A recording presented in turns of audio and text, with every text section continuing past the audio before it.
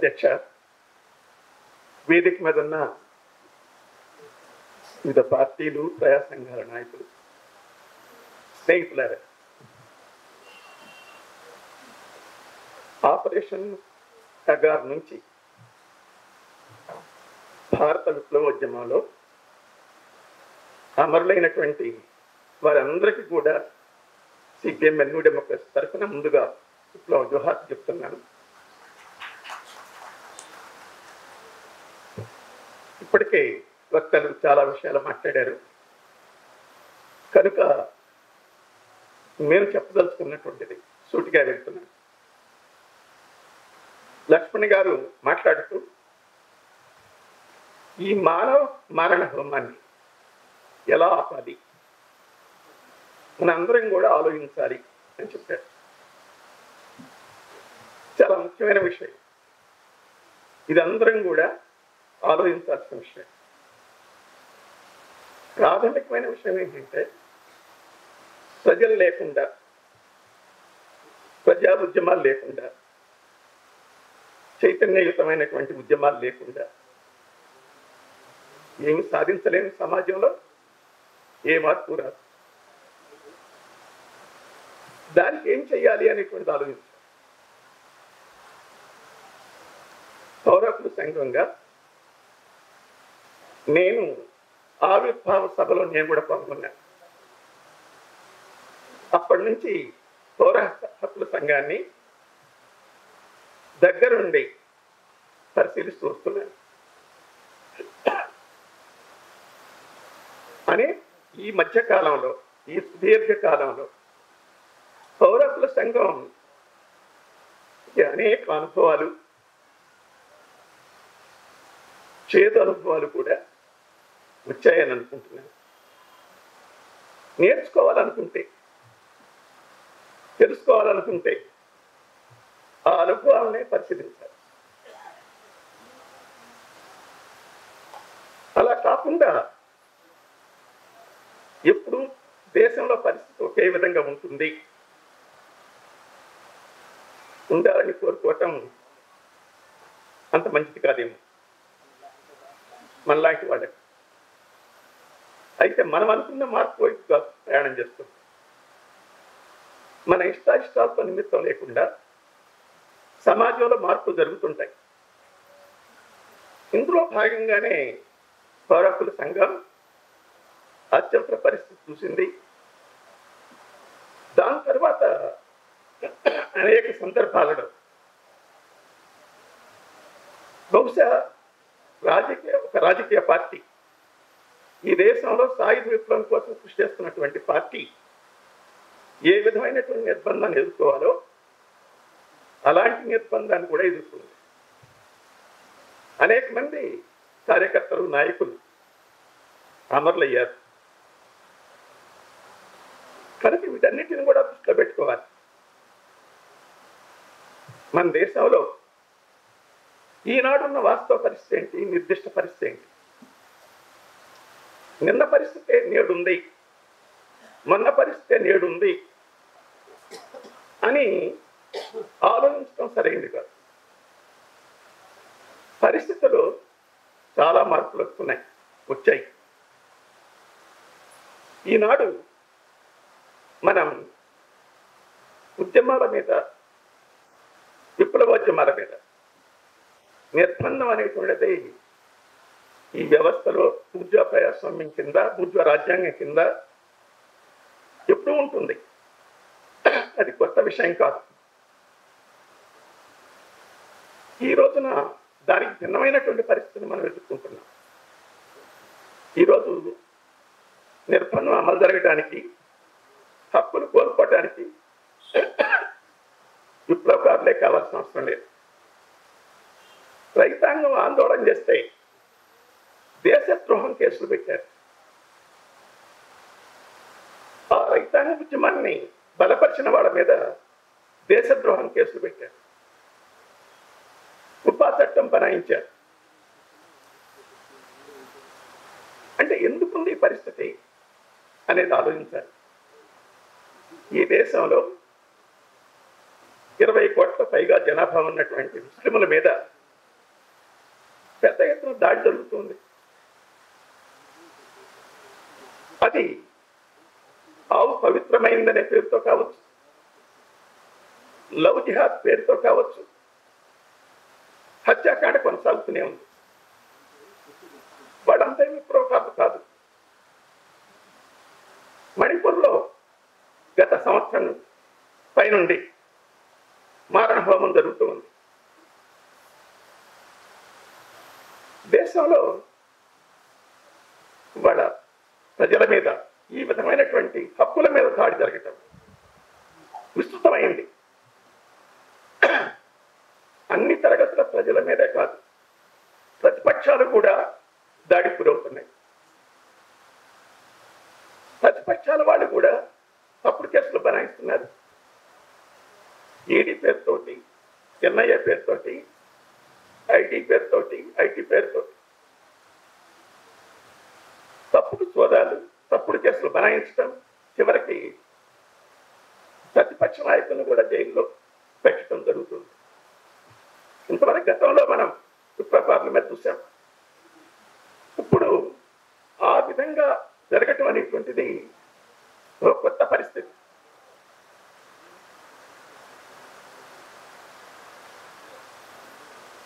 కనుక ఈ పరిస్థితిని మనం ఏమైనా ఆలోచిద్దామా?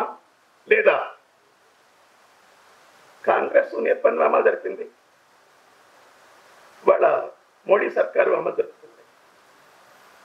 వాళ్ళు ప్రజా వ్యతిరేకమైన విధానాలు అనుసరించారు, వీళ్ళు అనుసరిస్తున్నారు. అంటే ఇటువంటి విషయాలలో తేడా లేదు, వాస్తవమే. అయితే ఏమైనా తేడా ఉందా లేదా? ఈ రోజున మేమనుకుంటుంది, హిందుత్వ నినాదం పేరుతో ఫాసిస్ట్ ఆర్ఎస్ఎస్ బీజేపీ దేశంలో ఫాసిస్ట్ రాజ్యాన్ని తీసుకోవడానికి ప్రయత్నం చేస్తూ ఉంది. ఆ ప్రమాదం ముందుకొస్తూ ఉంది. ఇది తక్షణ ప్రమాదంగా ముందుకొచ్చింది. దీనికి వ్యతిరేకంగా ఇవాళ అన్ని పార్టీలు మాట్లాడుతున్నాయి. ఒకళ్ళు నిరంకుశత్వం అనొచ్చు, ఒకళ్ళు నియంతృత్వం అనొచ్చు, ఒకళ్ళు మరొకటి అనొచ్చు. కానీ ఇటువంటి పరిస్థితిలో మనం పౌరత్వాన్ని ఎలా సంరక్షించుకోవాలి, ఇలాంటి నిర్బంధాన్ని ఎలా ఎదుర్కోవాలి, తిప్పికొట్టాలి అంటే మన వరకు మనం చెప్పుకుంటే సరిపోదు. మనం ప్రజల్ని ఎలా సమీకరించగలుగుతామో ఆలోచించాలి, ప్రజల్ని ఎలా భాగస్వామ్యం చేయగలుగుతామో ఆలోచించాలి. అంటే మన హక్కులతో పాటు ప్రజల హక్కుల గురించి కూడా మనం ఆలోచించాలి. అటువంటి విశాల ప్రాతిపదిక మీద మనం పనిచేయాలి. అటువంటి దృష్టితో పనిచేయాల్సిన అవసరం ఉంది. పాలక పక్షాలకి అవన్నీ కూడా దోపివర్గ పార్టీలే. అందుకనే ఇప్పటికి కూడా ఎన్నికల్లో కూడా వాడు మోడీని ఓడించాలని చెప్తున్నా పరస్పరం పోటీ పడుతున్నారు. ఎవరు స్వార్థం వాడు చూసుకుంటున్నారు. అటువంటి పరిస్థితి మనం కాకూడదు. మనం మేధావులుగా, ప్రజాస్వామిక మేధావులుగా, విప్లవకారులుగా, అగ్రగామిగా ఉండాలి. భారత సమాజానికి, ప్రజలకి మార్గం చూపించేవాడిగా ఉండాలి. ముందుండాలి మనం. అయినా దురదృష్టవశాత్తు ప్రతిపక్షాలాగానే మనం కూడా ఏ సంఘానికి ఆ సంఘం, ఏ సంస్థకు ఆ సంస్థ, ఏ పార్టీకి ఆ పార్టీ గిరిగిస్తూ ఉంటున్నాయి. ఈ స్థితి దాకా ఉద్యమంలో ప్రజల సమస్యల మీద అందరం కలవాలి. ఫాసిస్ట్ వ్యతిరేక పోరాటంలో అందరం ఐక్యం కావాల్సినటువంటి తరుణం ఆసన్నమైంది. ఇప్పటికే ఆలస్యం చేశాం. మనకంటే శత్రువు చాలా ముందున్నాడు. అంటే మనం ఇటువంటి కొత్త విషయంగా చరిత్రలో అంతర్జాతీయ కమ్యూనిస్ట్ ఉద్యమం కూడా చాలా తప్పులు చేసింది, తీవ్రమైన తప్పులు చేసింది. కమ్యూనిస్ట్ ఇంటర్నేషనల్ మూడవది 2019 1928లో జరిగినటువంటి 6వ మహాసభలో వాళ్ళు ఆ స్థాయికి పోయారు. మరో ఎక్స్ట్రీమ్కి క్లాస్ అగెనిస్ట్ క్లాస్ అనేదాకా పోయారు. వర్గానికి వ్యతిరేకంగా వర్గం, ఎలాంటి ఐక్యత లేదు, రాజీ లేదు. Social democrats are more dangerous than fascism అనేటువంటి తప్పుడు నినాదాలు, తప్పుడు కార్యాచరణ, తప్పుడు ఎత్తుగడవలు సృష్టించారు. వీటి ఫలితంగా ఫాసిజం అధికారంలో రావడం సులభమైంది. జర్మనీలో కానీ ఇతర దేశాల్లో కానీ. వీటి అనుభవాలను 1935లో జరిగినటువంటి 7వ మహాసభ సమీక్షించింది. తప్పులను అంగీకరించారు, సరి చేసుకున్నారు. ఫాసిజం, పూర్తిగా ప్రజాస్వామ్యం రెండు ఒకటి కాదు. ఒక పార్టీ స్థానంలో మరో ప్రభుత్వం రావటం కాదు, ఒక ప్రభుత్వ స్థానంలో మరో ప్రభుత్వం కాదు. ఈ రెండింటికి మధ్య గుణాత్మకమైన తేడా ఉంది. ఈ రోజు సరిగ్గా భారతదేశంలో మనం అలా ఎదుర్కొంటున్నాం. అంటే కొత్త హక్కులు సాధించుకోవటం కాదు, ఉన్న హక్కులు పోతున్నాయి. మన హక్కులు పోవటం కాదు, దేశంలో అన్ని తరగతుల ప్రజల హక్కులు పోతున్నాయి. వాడు హిందుత్వ పేరిట, హిందూ రాష్ట్రం పేరిట తీసుకురావాలని ప్రయత్నం చేస్తున్నాడు. అది ఇప్పటికే ప్రారంభమైంది, చాలా దూరం ప్రయాణం చేసింది. ప్రభుత్వ యంత్రాంగంలో, వాటి న్యాయ వ్యవస్థలో, ఇతర కేంద్ర ఆధ్వర్యంలో ఉన్నటువంటి సంస్థలన్నింటిలో మార్పులు తీసుకొచ్చారు. వాళ్ళ మనుషులతో నింపారు. ఇటీవల జరిగినటువంటి ఎన్నికల కమిషన్లో 2 కమిషన్ల నియామకం ఎలా జరిగిందనేటువంటి మనం అందరం చూసాం. ఎన్నికలు ఎట్లా జరుగుతున్నాయో చూస్తున్నాం. అంటే ఇంత భయంకరమైనటువంటి మార్పులు మనం చూడ గతంలో. మోడీ ఎన్ని అబద్ధాలు ఆడుతున్నాడు. మొదట్లో మాట్లాడినటువంటివి ఇప్పుడు తనకు తానే నేను అట్లా అనలేదని దాటిస్తున్నాడు. అంటే అటువంటి ప్రమాదం ముందుకొస్తున్నటువంటి స్థితి మనకుంది. దేశంలో 20 కోట్ల మంది ఉన్నారు వాళ్ళ ముస్లింలు. వాళ్ళు అత్యధిక మెజారిటీతో ఉన్నారు కేంద్రంలో. కానీ ఒక్క పార్లమెంట్ సభ్యుడు లేడు ముస్లిం, రాజ్యసభలో ఒక ముస్లిం సభ్యుడు లేడు, ప్రభుత్వంలో ఒక ముస్లిం మంత్రి లేడు. అక్కడే కాదు, రాష్ట్ర ప్రభుత్వాల్లో కూడా లేడు, కనీసం ఎమ్మెల్యే కూడా లేడు. అంటే ప్రమాదం ఎంత ఉంచుకొస్తుంది అనేటువంటిది మన కథ ముందు ఉందన్నమాట. ఇటువంటి స్థితిలో మన దేశంలో దురదృష్టవశాత్తు రాజ్యాంగంలో హక్కులున్నా ప్రజలకి ఆ హక్కుల స్పృహ లేదు. ఇంతకుముందు కాంబేట్ రవి చెప్పినట్టుగానే ప్రజాస్వామిక హక్కుల స్పృహ లేదు, పౌర హక్కుల స్పృహ లేదు. లేకపోతే ఇటువంటి మారణహోమం జరుగుతుంటాయి.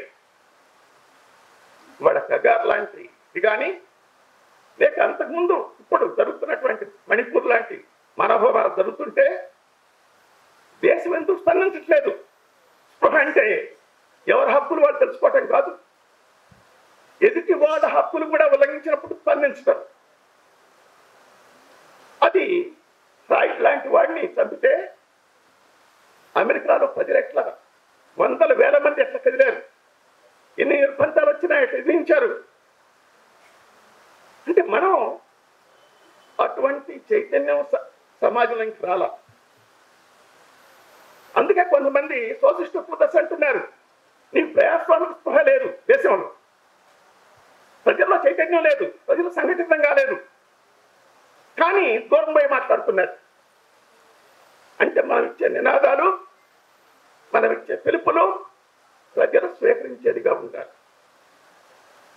అటువంటి చైతన్యం లేనప్పుడు నినాదాలు ఉంటాయి. అందుకోసం ఎవరికి వాళ్ళు సమీక్షించుకోవాలి. మనం ఇచ్చే నినాదాలు, మన ఎత్తుగడలు పరిస్థితి తగ్గట్టుగా, ప్రజల స్థాయికి తగ్గట్టుగా ప్రజలు స్వీకరిస్తున్నారా లేదా, ప్రజల భాగస్వాములు అవుతున్నారా లేదా అనేది సమీక్షించుకోవాల్సిన అవసరం ఉంది. కనుక అటువంటి ఫాసిజం యొక్క ప్రమాదం ముంచుకొస్తున్నటువంటి ఈ స్థితిలో ఈ రోజున అన్ని వామపక్ష పార్టీలు, ప్రజాస్వామిక శక్తులు, సంస్థలు ఫాసిస్ట్ ప్రమాదానికి వ్యతిరేకంగా ఇటువంటి మారణహోమంతో సహా ఐక్యంగా అవసరం ఉంది. ఒకే వేదిక మీద తీసుకోవాల్సిన అవసరం ఉంది. అది కేవలం నిజ నిర్ధారణ కలిసితో సరిపదు. ఒక మహా ఉద్యమం కావాలి. అటువంటి మహా ఉద్యమం అనేటువంటిది మన రాష్ట్రం నుంచి మొదలు పెడతాం. అందులో మేము కూడా భాగస్వాములు అవుతాం. అటువంటి దానికి దేశంలో జరుగుతున్నటువంటి వాడి ఎన్నికల్లో ఎవరు వస్తారో ఇంకా చెప్పలేని స్థితి ఉంది. మోడీ ప్రభావం తగ్గుతుంది, ప్రతిపక్షాల ప్రభావం కొద్దిగా పెరుగుతూ ఉంది. అయినప్పటికీ కూడా ఈ పెరుగుదల, వాటి తగ్గుదల దాటి ఓట్లు పడతాయా? ప్రతిపక్షాల అధికారంలో రాగలుగుతాయా? మోడీ ఓడిపోతాడా అనేటువంటిది వైపు చూడాల్సింది. ఏమైనప్పటికీ కూడా అది ఒక్కటే శాశ్వత పరిష్కారం కాదు. ప్రజా ఉద్యమాలు, ప్రజల చైతన్యం అదే శాశ్వత పరిష్కారం. అటువంటి శాశ్వత పరిష్కారం వైపు మనం ఆలోచించాలి. ఈరోజు ఆపరేషన్ కగారు కావచ్చు, రేపు మరొకటి కావచ్చు. ఈ దోపిడీ పాలక వర్గాలు కొనసాగినంత కాలం ఏదో పేరు మీద ప్రజల మీద యుద్ధం చేస్తూనే ఉంటాయి. ఇదంతా ప్రజల పేరుతోటి, హిందూ సంస్కృతి పేరుతోటి, హిందూ మతం పేరుతో సాగుతూ ఉంది ఈ దాడి. కనుక భారతదేశంలో రినైజెన్స్ అనేటువంటిది పునరుజ్జీవన ఉద్యమం ఇలా పూర్తి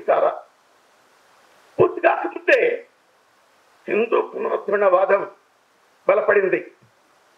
అది విషసర్పంలా పడగల విషసర్పంలా విస్తరిస్తూ ఉంది. కనుక అది అందరినీ మిగ్గేస్తుంది. అటువంటి దాని నుంచి కాపాడుకోవాలి. వాడు కాంగ్రెస్ పార్టీ మేనిఫెస్టో అని, ఇది మావోయిస్టుల మేనిఫెస్టో అంటున్నాడు. అంటే కాంగ్రెస్ ఏం మాట్లాడుతుంది? ఈ రాజ్యాంగాన్ని కాపాడాలంటుంది, దేశంలో ఉన్న ప్రజాస్వామ్యం దీన్ని అమలు చేయాలంటుంది. అదే వాడికి కంటగిప్పుగా అవుతాయి. అంటే రాజ్యాంగాన్ని కాపాడటం కూడా ఇదే మావోయిస్టుల మేనిఫెస్టో అని మాట్లాడటం అంటే అంబేద్కర్ మీద దాడి, అంబేద్కర్ రాసినటువంటి రాజ్యాంగం మీద దాడి. కనుక ఈ ప్రమాదాలను కూడా మనం గుర్తించి తప్పనిసరిగా తిప్పగలుగుతాం. ప్రపంచంలో ఏ నియంత, ఏ ఫాసిస్టు అది పాలకుడు కూడా, ఏ ఫాసిస్టు ప్రభుత్వం కూడా మనలా సాధ్యం కాల. కొద్ది రోజులు అది వెలగొచ్చు, అంతిమ విజయం ప్రజలది. అటువంటి ప్రజల మీద విశ్వాసంతో మనం విప్లవం మీద అత్యంత దృఢ సంకల్పంతో మనందరం కూడా వాళ్ళ రాజ్యాంగ హక్కుల పరిరక్షణ అనేటువంటి ముఖ్యంగా వచ్చింది. అటువంటిది కీలకంగా తీసుకొని ఐక్య వేదిక ఏర్పడాలని విశాల ప్రాతిపదిక మీద రామరెడ్డి నరసింహారావు గారు చెప్పినట్టుగా అటువంటి ఐక్య వేదిక వస్తుంది. ఐక్య వేదికలో మేము కూడా భాగస్వాములు అవుతామని, మా శాయశక్తుల మా పార్టీ కృషి చేస్తుందని కేంద్ర కమిటీ తరఫున మరోసారి ఇక్కడ స్పష్టంగా ప్రకటిస్తున్నాం. అటువంటి దానికి కట్టుబడి ఉంటాం. అమరులైనటువంటి వాళ్ళ ఆశయాలని ముందు తీసుకుపోవటానికి అటువంటి కర్తవ్యం తక్షణ కర్తవ్యంగా ముందుకొచ్చింది.